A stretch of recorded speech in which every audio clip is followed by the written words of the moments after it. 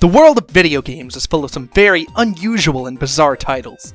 Being an entertainment medium, where creativity knows only the limits of the creator's mind, you're bound to end up with some wacky games. Games like Katamari Damacy, or in this case its HD remake, Katamari Damacy Reroll.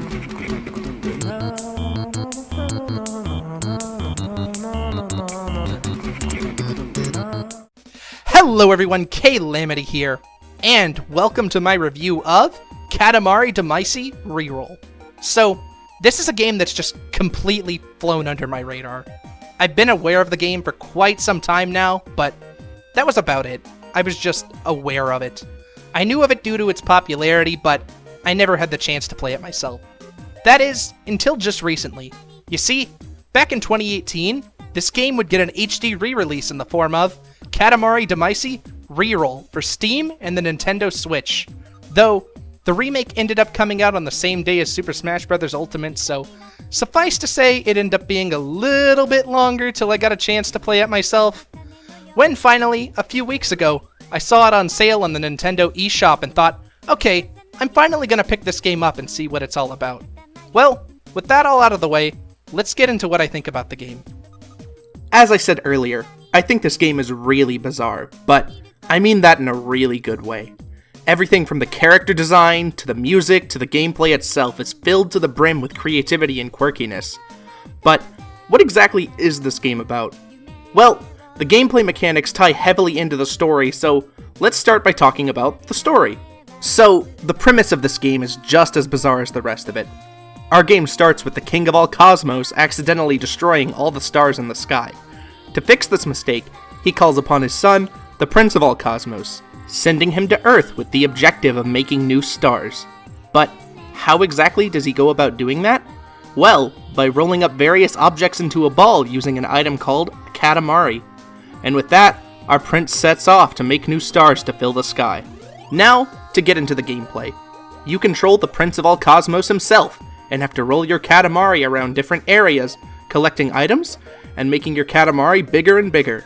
Sounds simple enough, right? Well, the difficulty of this game comes in with the controls themselves. To roll the Katamari around, you have to move both analog sticks in the same direction simultaneously, and on top of that, you don't automatically face the direction you input. You have to do various different inputs to do things as simple as turning around, or using your special charge roll. In fact, this entire game is played using only the two analog sticks. Though, I don't mean that in a bad way at all. In fact, I quite enjoy the way this game controls. The controls may be difficult to master, but when you do, it feels extremely satisfying. I never really found myself getting frustrated with the controls, save a few minor instances which had more to do with the levels than the controls themselves. Speaking of, let's go over the levels of this game. There are two different types of levels. There's the Make a Star levels, which involve rolling up items until your Katamari reaches a specified size given to you by the King of all Cosmos. And there's the Constellation levels, which involve you picking up as many of a specific item type as you can within the time limit, or, in certain cases, picking up the largest individual item you can of a certain type. The latter missions being where my frustrations came in, and honestly, it was my only real gripe with the game. One example I can give is the Ursa Major mission. Your goal is to pick up the largest possible bear you can. The mission ends when you pick up a bear of any kind, and your score is based on the size of that bear.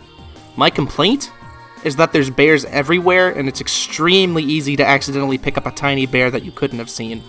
You could spend a lot of time building up your Katamari to get a large bear, only to have your mission ended by accidentally bumping into a tiny one. Suffice to say, I found missions like that particularly frustrating, but there weren't that many missions like it, and overall they didn't really take away from my enjoyment of the game. Now, one thing I can say I did enjoy greatly was how the game was presented. I absolutely loved the art style and the music of this game. The character designs were really quirky and fun, and I think the graphics really brought those designs to life, especially in HD. I also felt that the music greatly complemented the aesthetic of the game.